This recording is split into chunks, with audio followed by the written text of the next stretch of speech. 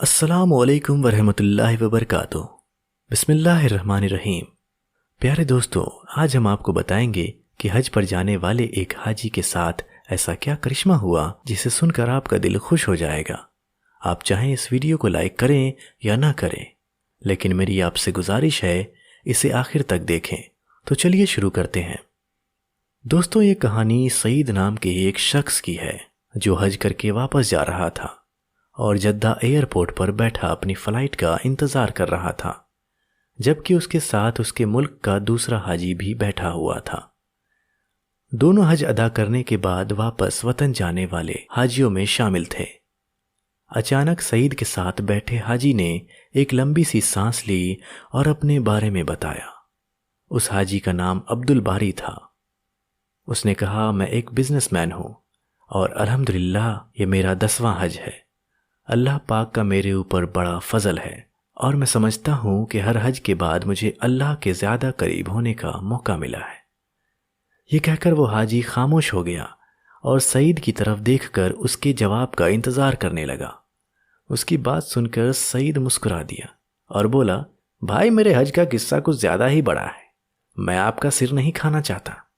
यह सुनकर अब्दुल बारी हंसते हुए बोला, कोई बात नहीं, एक तो हम यहाँ इंतज़ार के सिवा कुछ कर ही नहीं रहे और दूसरा यहाँ खाने की हर चीज़ बाहर से 20 गुना ज़्यादा महंगी है। बस एक सिर है फ्री में खाने को। यह सुनकर सईद किसी सोच में गुम हो गया, जैसे वो फैसला नहीं कर पा रहा हो कि अपनी कहानी को कहाँ से शुरू करे। आखिरकार सईद ने बोलना शुरू किया और कहा, मेरे भाई, मैं एक प्राइवेट अस्पताल में थेरेपिस्ट हूँ।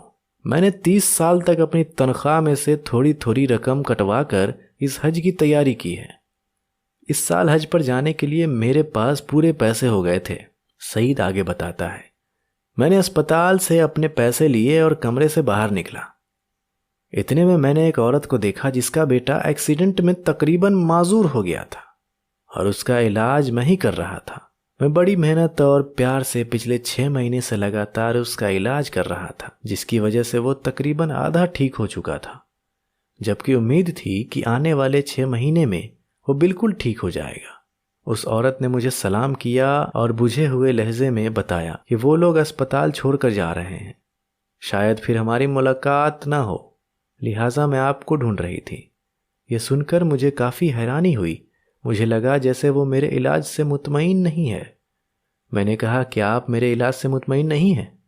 तो उस औरत ने कहा, नहीं नहीं डॉक्टर साहब, ऐसी बात नहीं है। आपने तो बच्चे को डॉक्टर के बजाय बाप बनकर संभाला है। मेरा तो रुआ रुआ आपको दुआएं देता है। आपने मेरे बच्चे में न सिर्फ जीने की उम्मीद जगा दी, बल्कि अपनी ड्यूटी से हटकर इसका इलाज किया और तोहफे वगैरह भी दिए, जिसके लिए हम मियाँ बीवी आपके बहुत शुक्रगुजार हैं। सईद कहता है, ये सुनकर मैंने उनसे कहा, फिर आप अस्पताल छोड़कर क्यों जा रही हैं? मगर वो मेरी बात का जवाब दिए बगैर मरीज के कमरे की तरफ चल दी। ये देखकर मैं सीधा एडमिन ऑफिस की तरफ गया और बच्चे का कमरा नंबर पता कर पूछा कि ये लोग अस्पताल क्यों छोड़ रहे हैं। तो मुझे बताया गया कि वो अस्पताल छोड़ नहीं रहे, बल्कि उनको कमरा खाली करने का नोटिस दिया गया है। लड़के का बाप जॉब से निकाल दिया गया है, जिसकी वजह से वो लोग अस्पताल के खर्च देने के काबिल नहीं है, लिहाजा उनको कमरा खाली करने के लिए कह दिया गया है। सईद कहता है, ये सुनकर मैं वहाँ से मैनेजर साहब के ऑफिस में गया और उनसे सिफारिश की कि बच्चे को इलाज जारी रखने की इजाज़त दी जाए। मेरी बात अभी पूरी भी नहीं हुई थी। इतने में मुदीर, जो मैनेजर था, उसने कहा कि सईद, ये एक प्राइवेट अस्पताल है, कोई चैरिटी इदारा नहीं। यहाँ वही इलाज करवा सकता है जो खर्चों की ताकत रखता है। मुदीर का ये जवाब सुनकर मैं जैसे ही मुड़ा तो मेरा सीधा हाथ मेरी जेब से टकरा गया, जिसमें मेरे हज के पैसे रखे हुए थे। ऑफिस से निकलकर मैंने आसमान की तरफ देखा और कहा कि ऐ अल्लाह, तू अच्छी तरह जानता है मुझे तेरे घर आने का किस कदर शौक़ है, और अब जबकि मेरा ख्वाब एक हकीकत बनने वाला है तो इस बच्चे की ज़िंदगी का सवाल खड़ा हो गया है। ऐ अल्लाह, मैं मजबूर हूँ, मगर तू बेनियाज है। मैं हज पर ना आ सका तब भी मुझे अपने फजल से महरूम मत करना।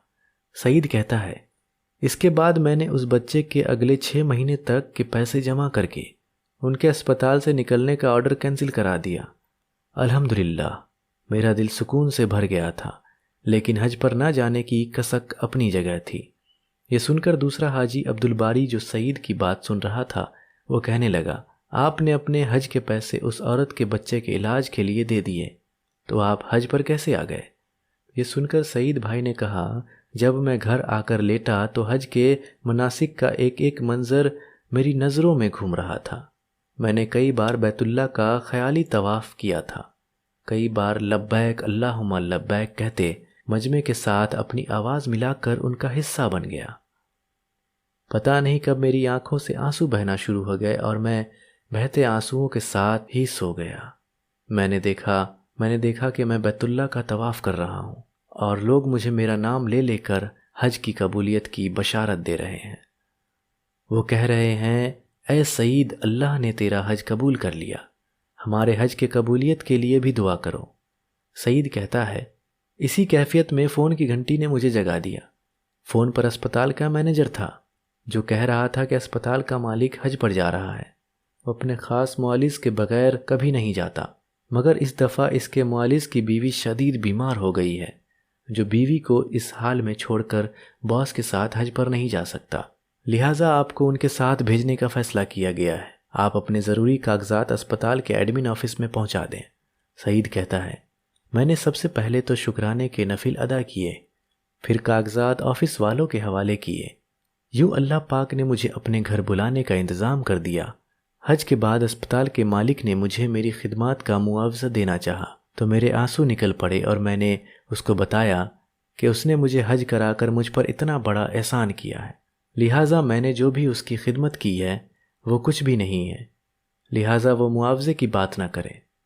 फिर मैंने अस्पताल मालिक को सारा वाक़या तफसील के साथ सुनाया, यानी उस बच्चे के और अपने बारे में बता दिया, जिस पर उसने मक्के से ही फ़ोन करके उस बच्चे के मुकम्मल इलाज तक उसे अस्पताल में बिना पैसे लिए रखने के लिए कहा और उस औरत के शौहर को, यानी बच्चे के बाप को, अपनी एक फैक्ट्री में सुपरवाइज़र की पोस्ट पर रख लिया और अस्पताल वालों को मेरे सारे पैसे मुझे वापस करने के लिए कह दिया।